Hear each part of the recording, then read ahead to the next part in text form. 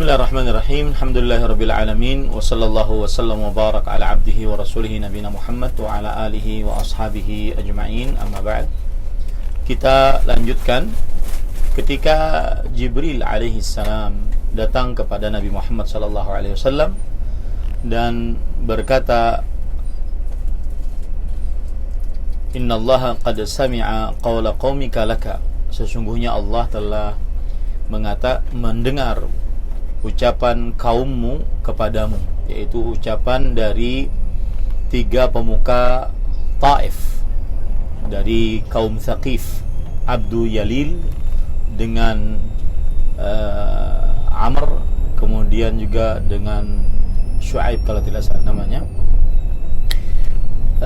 Keduanya adalah ketiga-tiganya adalah penduduk pemimpin kota Taif.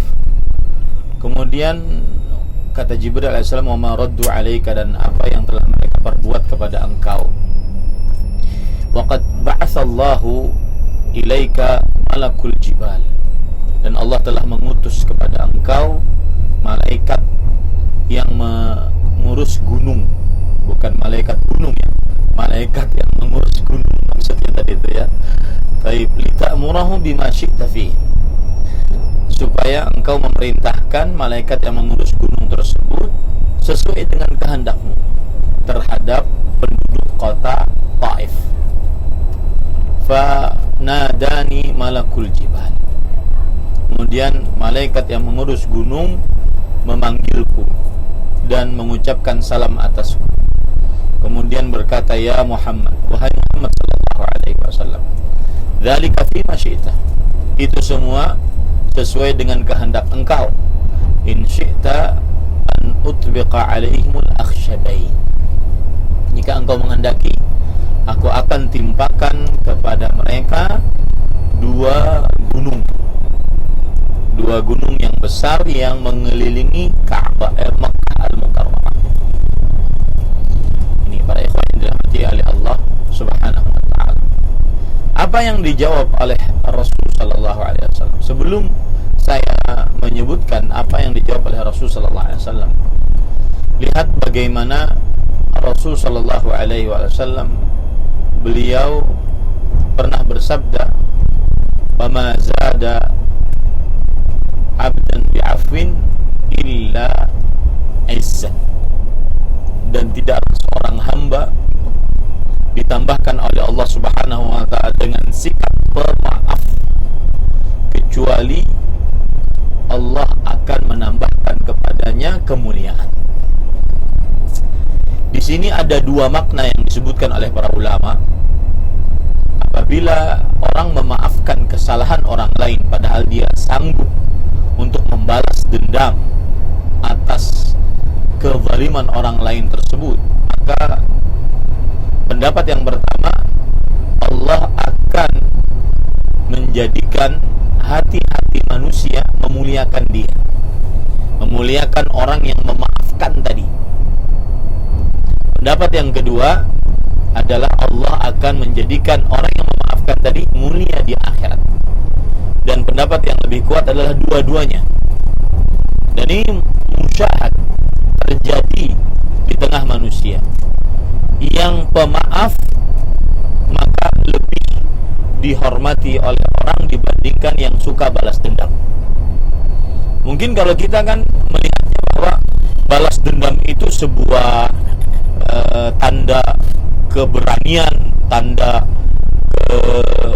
ketinggian, tanda kehormatan gitu. Sebagian manusia, bahkan kita semuanya menganggap seperti itu, apalagi dalam keadaan kita sanggup untuk balas dendam.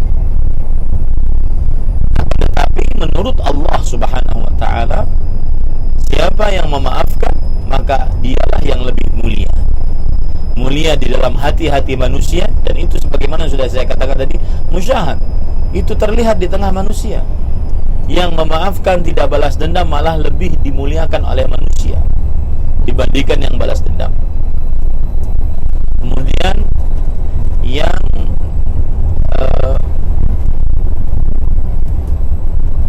membalas dendam malah yang kurang di sisi manusia. Kemudian yang kedua maknanya adalah dia akan dimuliakan di akhirat, dan dua-dua maknanya benar. Dan ini yang terjadi pada diri Rasulullah SAW. Ketika beliau sudah punya kapasitas, kapabilitas, kemudian punya kuasa untuk memerintahkan malaikat yang mengurus gunung tadi untuk menimpakan kepada mereka. Dan apa kata Rasulullah SAW? Bal arju an yukhrijallahu min aslabihim an ya'budullaha wahdahu la syarika bihi syai'an. Jangan. Bahkan aku berharap agar Allah Subhanahu wa ta'ala mengeluarkan dari keturunan mereka, dari tulang sulbi mereka, orang-orang yang beribadah kepada Allah semata, tiada mensyirikkan Allah dengan sesuatu apapun. Dan subhanallah, cerita ini saya dengar langsung dari Syekh Al-Allama Profesor Dr. Abdul Muhsin Al-Badr hafizahumullah. Waktu itu saya diminta sebagai panitia tim lekatnya beliau, jadi kemana-mana saja Syekh saya harus ada di sisi beliau.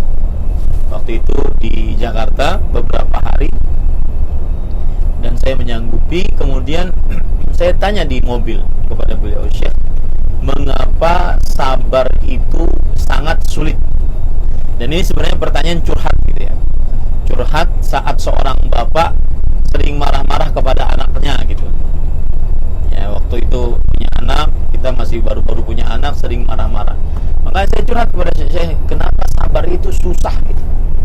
Maka beliau menjawab, li'annahu manzilatun la yablugha illa ulul azmi minar rusul.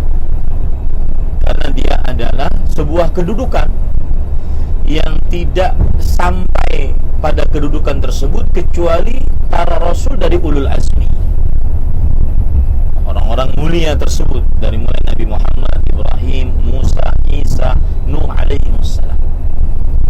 Tidak ada yang sampai kepada kedudukan tersebut kecuali ulul azmi minar rasul. Kemudian beliau membaca ayat fasbir kama sabara ulul azmi minar rasul. Bersabarlah sebagaimana para rasul dari ulul azmi bersabar.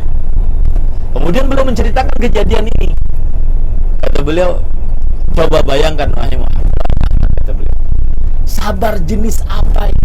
Kalau saya seperti Rasulullah SAW, saya akan katakan itu kepada malaikat yang mengurus gunung tadi, jangan 2 gunung, 10 gunung timpakan kepada mereka. Itu sekelas Syekh yang saya tahu betul, kami tahu betul bagaimana beliau penyabarnya, sangat penyabar sekali. Bahkan ya, kami sebagai murid beliau waktu itu mengatakan kepada Syekh, wahai Syekh, banyak orang yang mentahdir engkau. Bantah Syekh, ini tidak benar, bantah Syekh. Beliau hanya menjawab, haulai masakin ya, mereka itu orang-orang yang tidak tahu, biarkan saja. Lihat, beliau sangat penyabar, tapi dalam keadaan seperti ini terbawa emosi. Karena bayangkan, orang baik-baik datang, kemudian kata Rasulullah SAW, kalau kalian tidak mau menerima, ya sudah, tidak usah digembar-gemborkan agar tidak ribut. Ternyata mereka malah menghinakan Rasulullah SAW, mendatangkan anak kecil, budak-budak, kemudian mereka itu duduk sambil melempari tanah batu kepada kaki Rasulullah SAW. Ya, subhanallah, sakit hati dan sakit jasmani Rasulullah SAW pada waktu itu. Tetapi tetap saja beliau memaafkan. Syekh berkata seperti itu sama saya masih ingat sekali. Jangan 2, kalau saya amat mungkin 10 itu gunung ditimpakan kepada mereka. Tetapi lihat sabarnya Rasulullah SAW. Jadi pantas memang Allah berfirman fasbir kama sabar ulul azmi. Dan ini kalau kita baca sejarah-sejarah para nabi dari ulul azmi, mereka itu ahli sabar. Mereka itu ahli sabar, dan kesabaran tidak ada batasnya. Dan doa Rasulullah SAW dikabulkan oleh Allah Subhanahu wa ta'ala. Doa Rasulullah SAW dikabulkan oleh Allah. Allah Subhanahu wa ta'ala mengeluarkan dari tulang sulbi Abu Talib, paman beliau yang meninggal, yaitu Ali bin Abi Talib dan Ja'far bin Abi Talib. Dua-duanya adalah sahabat terkenal. Ya, dikabulkan oleh Allah Subhanahu wa ta'ala doanya. Kemudian mengeluarkan dari tulang sulbi Abu Jahal, merupakan musuh yang sangat keji terhadap Rasulullah SAW, Abu Jahal dan Abu Lahab, mengeluarkan Ikrimah bin Abi Jahal, sahabat Rasulullah SAW radhiyallahu anhu, dan mengeluarkan dari keturunan Al-Walid bin Al-Mughirah, Khalid bin Walid, subhanallah. Kemudian mengeluarkan dari tulang sulbi Al-As bin Wa'il, Amr bin As radhiyallahu anhu. Kemudian mengeluarkan dari tulang sulbi Mut'im bin Adi, Jubair bin Mut'im, sahabat Rasulullah SAW. Dan selain mereka sangat banyak yang keluar dari tulang sulbi orang-orang kafir Quraisy tersebut, yang akhirnya masuk dalam agama Islam dan membela agama Islam. Dan bahkan para ikhwan yang dirahmati oleh Allah Subhanahu wa taala, mereka ini yang kelak termasuk orang-orang yang berperang dan membela agama Islam dengan sangat kuat pembelaan. Ini para ikhwah yang dirahmati oleh Allah Subhanahu wa taala. Kemudian para ikhwah yang dirahmati oleh Allah Subhanahu wa taala, setelah itu Rasul sallallahu alaihi wasallam sampai ke kota Mekah. Tadi berjalan dari kota Taif sampai ke daerah namanya Qarnus Tha'alif. Qarnus Tha'alif adalah sebuah gunung. Kemudian terjadilah kejadian yang tadi. Lalu setelah itu beliau sampai ke kota Mekah. Sampai ke kota Mekah, kemudian beliau masih mendapati dari orang-orang kafir Quraisy permusuhan dan sangat membenci agama Rasul sallallahu alaihi wasallam. Lalu Zaid bin Haritha yang menemani Rasul sallallahu alaihi wasallam, ini juga luar biasa ya. Jadi ya ada nilai, ada harga gitu. Ada barang, ada harga gitu ya. Kenapa memang Zaid bin Haritha radhiyallahu an beliau dicintai oleh Rasulullah? Ya karena perjuangannya seperti ini, tidak main-main perjuangannya. Jadi wajar kalau seandainya ada orang dapat seperti sikap spesial dari Rasulullah SAW, karena memang ada jasanya. Ya, karena memang ada jasanya.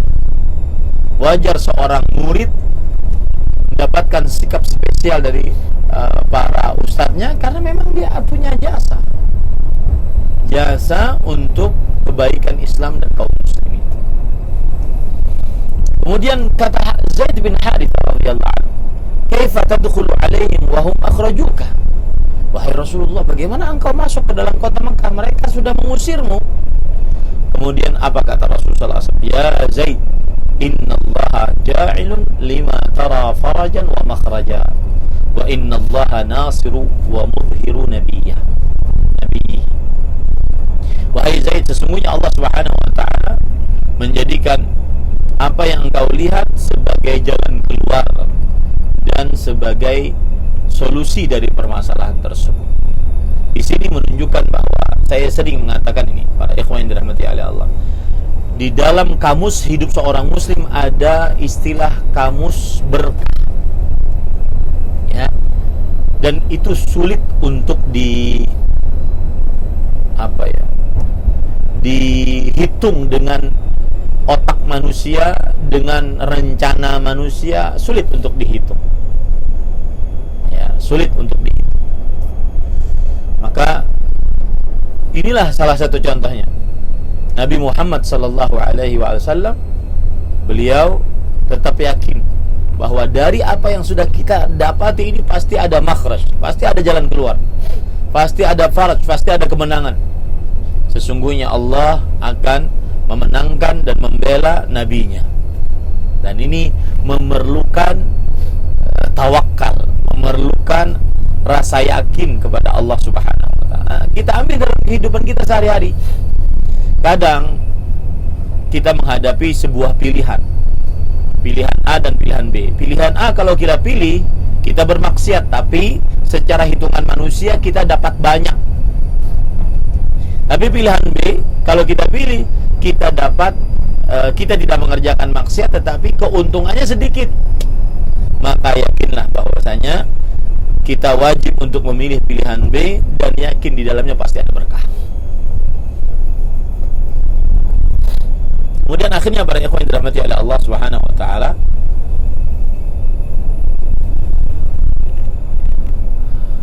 Nabi Muhammad sallallahu alaihi wasallam kemudian mengutus orang-orang agar mau menerima dan menjaga beliau di kota Mekah.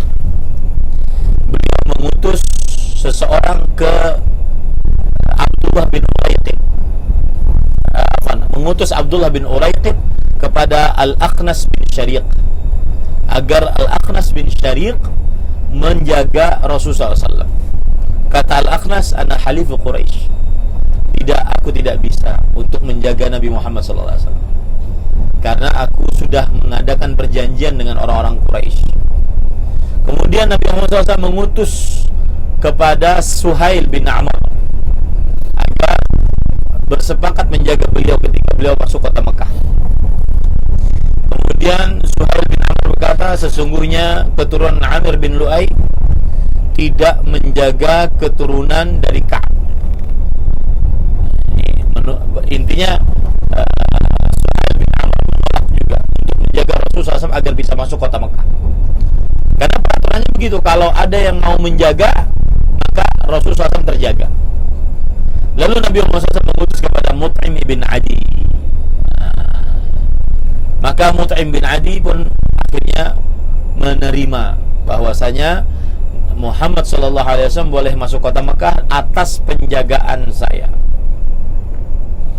Akhirnya para ikhwan yang dirahmati oleh Allah Subhanahu wa taala, Rasul sallallahu alaihi wasallam masuk kota Mekah, bermalam di situ. Pada waktu pagi, Mut'im bin Adi dan seluruh anak-anaknya memakai senjata masuk bersama Rasul sallallahu alaihi wasallam, memasuki Masjidil Haram dan memerintahkan anak-anaknya untuk menjaga Nabi Muhammad sallallahu alaihi wasallam. Padahal sama-sama musuh ya. Padahal mereka tidak beriman, tapi begitulah perjanjian harus disepakati. Ini pelajaran bagi kaum muslimin, dan saya sering mendapatkan curhatan bahwa orang-orang yang sudah ngaji susah untuk diajak dagang, Ustaz, karena nggak jujur. Utang bayarnya cuma pakai kata kunci afwan akhi, Ustaz. Ya, ini jadi harus perjanjian.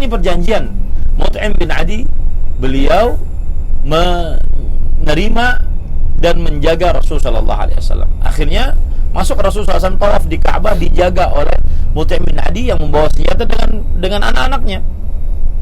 Datanglah Abu Sufyan radhiyallahu anhu yang waktu itu masih dalam keadaan musyrik. Kemudian Abu Sufyan berkata, amujirun am tabi'? Wahai Mut'im bin Adi, apakah engkau menjaganya atau engkau sudah mengikuti agamanya? Kata Mut'im bin Adi, tidak, saya cuma menjaganya. Kemudian Abu Sufyan mengatakan, idzan la nakhfiru dhimmataka. Kalau begitu kami tidak akan mengganggu atau merusak penjagaanmu. Nah, ini akhlak yang mulia yang dimiliki oleh orang-orang Arab dari mulai dahulu. Sesuai dengan perjanjian. Kalau seandainya memang keluarga si fulan menjanjikan aman, maka tidak boleh diganggu. Kalau tidak, perang. Maka qad ajarna man ajarta. Sungguh kami akan menjaga sebagaimana engkau menjaga. Maka Abu Sufyan duduk bersama Mut'im bin Adi sampai Rasulullah SAW selesai tawaf. Lalu ketika Rasulullah SAW sudah selesai, maka Mut'im bin Adi dan keturunannya pergi keluar, meninggalkan Abu Sufyan. Nah, yang menarik di sini adalah, dan saya sering singgung juga, bahwa termasuk akhlak mulia tidak melupakan jasa yang orang pernah berjasa kepada kita. Kalau bahasanya mungkin kacang tidak lupa kulitnya gitu. Itu termasuk akhlak yang mulia. Nabi Muhammad SAW, beliau masih ingat kebaikan Mut'im bin Adi ini radhiyallahu anhu, yaitu pada jauh setelah kejadian ini kan tahun ke-10 Hijriah. Kemudian Nabi Muhammad SAW berhijrah. Kemudian pada tahun kedua dari kenabian dari hijrah Nabi Muhammad SAW, berarti 5 tahun setelahnya, ada peperangan Badr Al-Kubra. Kemudian Nabi Muhammad SAW menang. Kemudian beliau mengumpulkan tawanan-tawanan perang. Maka kata Rasul SAW, "Lau kana al-Mut'imu ibnu Adi hayyan, thumma kallamani fi haula'i annatna lataraktuhum lahu."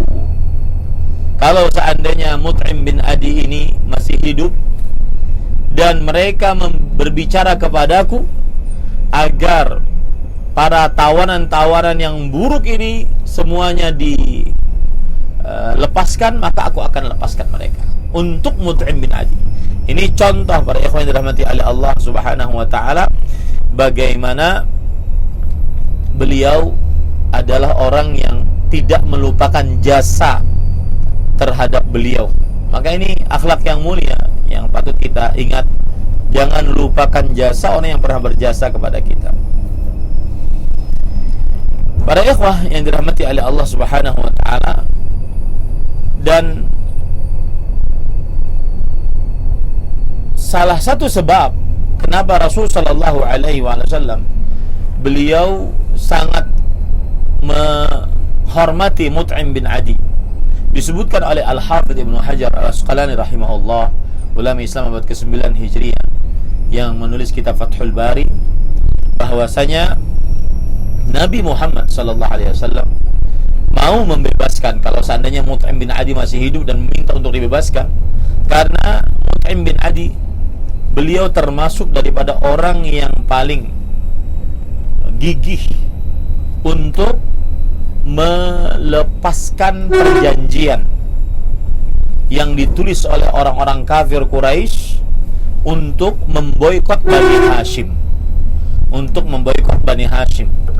Kita tahu pada waktu kita berada di kota Madinah, dijelaskan waktu itu, dan sebagai pengetahuan juga bagi yang nonton saya lewat Facebook, bahwa jangan lupa kalau ke kota Madinah silahkan berziarah ke museum, ya, museum sejarah Nabi dan juga pembangunan Masjid Nabawi.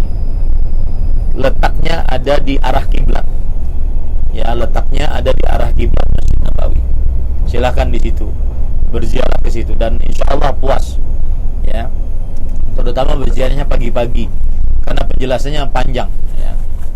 Kemudian kita tahu bahwasanya Nabi Muhammad SAW ketika di Mekah itu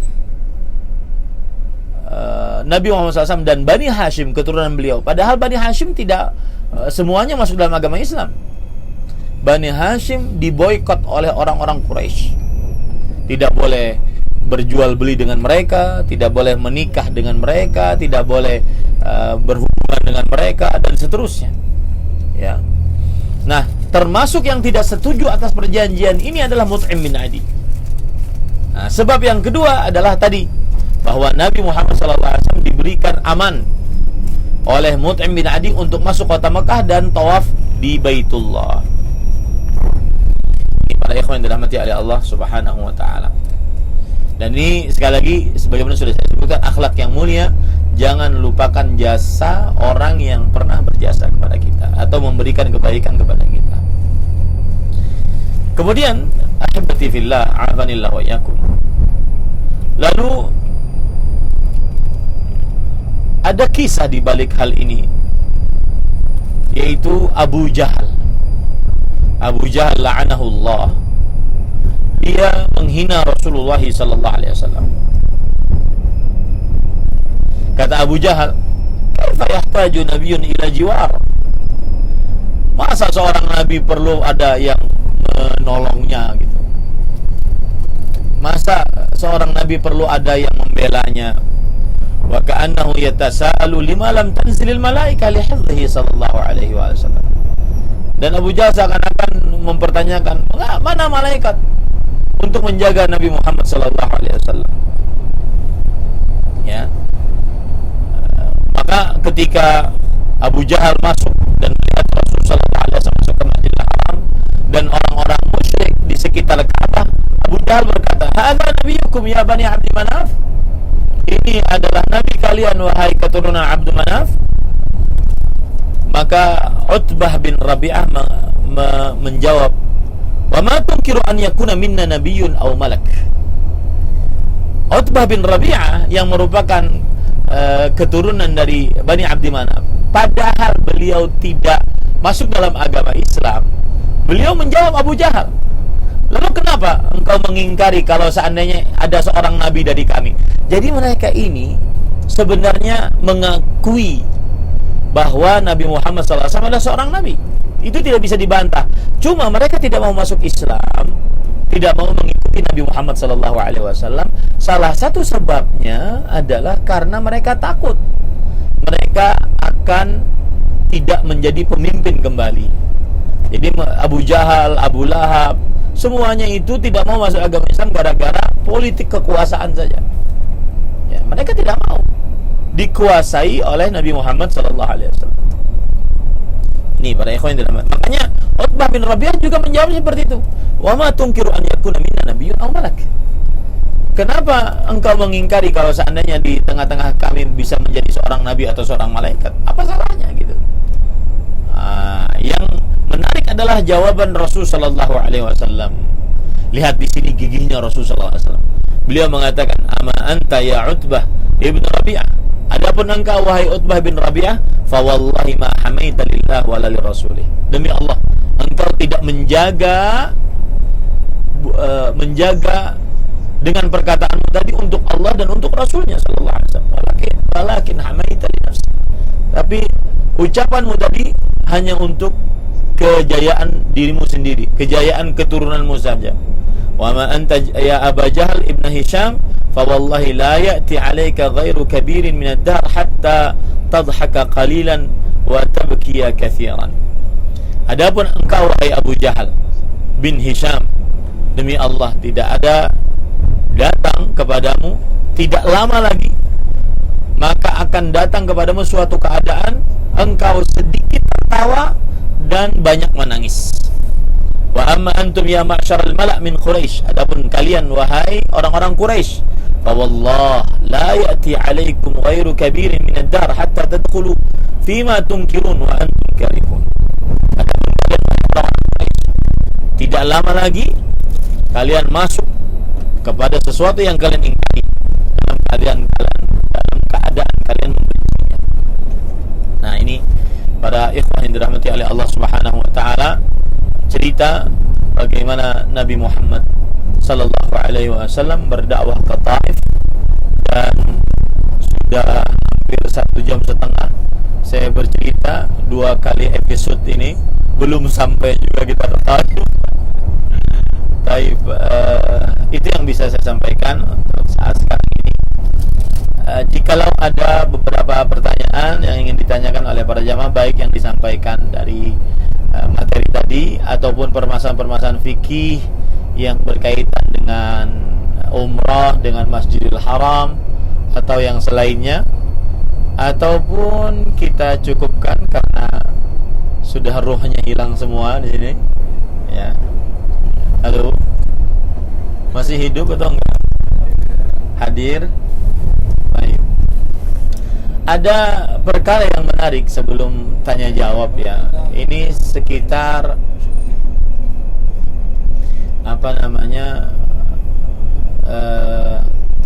waktu kemarin sore saya sholat, dan kemarin sore itu kan panas. 2 harian ini memang panas, 45-46 derajat Celcius ya. Bahkan waktu itu saya naik taksi sampai dikatakan 48 derajat Celcius 2 hari 3 hari sebelum Ramadan. Jadi memang ini panas, 45-46 derajat Celcius. Nah, waktu itu setelah sholat asar saya melihat jamaah dari Indonesia di lantai 1, bukan lantai dasar ya, lantai 1. Mereka berjamaah tawaf gitu. Biasa kan kalau orang Indonesia mereka bacaannya bersama-sama, dipimpin oleh pemimpinnya di depan. Kita tahu bahwasanya ini adalah orang Indonesia karena mereka pakai batik. Nah, kemudian para ikhwah yang dirahmati oleh Allah Subhanahu wa taala, yang ada dalam pikiran saya waktu itu, mereka ini sepertinya adalah tawaf sunnah. Nah, untuk saat sekarang ini yang saya katakan tawaf sunnah susah kita untuk di piringan Ka'bah, karena mungkin Dewan Kemakmuran Masjidil Haram mempunyai berbagai pertimbangan, maka yang tawaf di Ka'bah hanya orang-orang yang sedang berumrah. Maka yang ingin saya sampaikan adalah, saya terlihat waktu itu ada kakek-kakek, ada nenek-nenek, dan kita tahu bahwa tawaf sunnah kalau seandainya di lantai 1 maka bisa sampai 1,5 jam, itu kalau tidak macet, kalau tidak crowded. Tapi kalau seandainya dia crowded, maka bisa dapat 2 jam sampai 2,5 jam. Nah, ini yang jadi permasalahan adalah bahwa orang-orang yang tua-tua tersebut, mereka tetap mau untuk mengerjakan tawaf, ya. Dan karena memang salah satu amalan yang sangat dianjurkan ketika tawaf, ketika berada di Masjidil Haram adalah memperbanyak tawaf. Kenapa sangat dianjurkan? Karena Rasul sallallahu alaihi wasallam menyatakan, "Ya bani Abdi Manaf, la tamna'u ahadan tafa bil baiti aw shalla fi ayyi waqtin syaa." Wahai Bani Abdi Manaf, jangan engkau larang orang yang tawaf di Baitullah dan sholat di waktu kapan saja, kama qala Nabi sallallahu alaihi wasallam. Maka amalan yang paling utama saat seseorang berada di Masjidil Haram adalah tawaf. Nah, yang muda-muda saya tidak menganjurkan, bahkan saya melarang untuk memakai kain ihram berpura-pura dalam keadaan berumrah. Kenapa? Karena tawaf selain umrah itu hukumnya sunnah, sedangkan berbohong, dusta, menipu itu hukumnya adalah dosa besar. Dan tidak boleh mengerjakan amalan sunnah dengan mengerjakan dosa besar. Amalan wajib saja tidak boleh dikerjakan, apalagi sampai amalan sunnah. Nah, ini yang perlu diperhatikan. Itu kejadian pertama yang ingin saya sampaikan. Kejadian yang kedua, tadi pagi setelah subuh saya ketemu dengan Ustaz dari yang membimbing jamaah dari Jakarta, dan Ustaznya dari Semarang. Beliau bercerita bahwasanya yang ikut bersama saya itu para tentara. Jadi mereka merasa kuat, dan akhirnya karena merasa kuat, mereka umrohnya setiap hari. Setelah umroh yang pertama, ya, umrohnya setiap hari. Jadi hari kedua mereka di Mekah mau diantar ke Ji'ranah. Hari ketiga mau diantar ke Tan'im. Hari keempat mau diantar ke Arafah, ke tanah-tanah halal semua, agar bisa mengambil miqat di sana. Nah, ini sebenarnya permasalahan lama fikih khilafiyah istihadiyah di antara para ulama. Jumhur ulama memperbolehkan, ya, kecuali Imam Ahmad. Bahkan Imam Ahmad berkata, "Hal yu'jarun am yu'adzabun la adri." Apakah mereka diberikan pahala atau malah mereka disiksa oleh Allah, saya tidak tahu atas perbuatan mereka tersebut, mengulang-ulang umrah. Dan Syekh bin Baz rahimahullah memperbolehkan. Imam bin Baz rahimahullah memperbolehkan.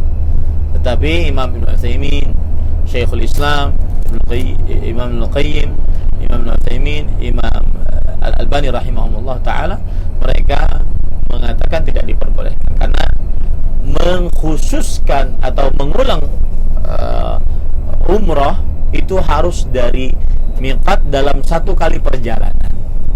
Nah, seperti itu. Yang jelas dia permasalahan khilafiyah istihadiyah. Maka dalam permasalahan khilafiyah istihadiyah, maka seseorang boleh berpendapat, bahkan pendapat mengatakan misalkan itu mengulang-ulang umroh adalah perbuatan bid'ah, boleh saja, ya, tidak mengapa. Akan tetapi jika ada yang mengatakan bahwa itu adalah boleh, sebagian pendapat jumhur dan sebagian ulama salaf memperbolehkannya juga, maka kita katakan ya berarti dia memilih pendapat yang memperbolehkan. Nah, seperti itu. Ini beberapa permasalahan. Dan wallahu a'lam, pendapat yang kita kuatkan adalah bahwa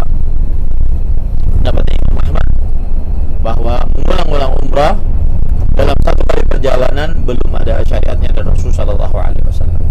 Salah satu buktinya adalah bahwa yang mengadakan umrah dari tanah halal adalah Aisyah radhiyallahu anha. Beliau karena punya hajat, karena beliau dalam keadaan haid saat berhaji bersama Rasulullah SAW.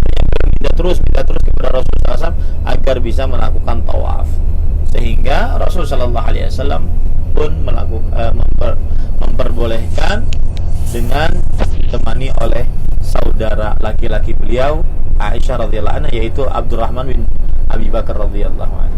Dalam keadaan seperti itu saja semestinya seorang boleh mengambil miqat dari tanah halal bagi yang berumrah.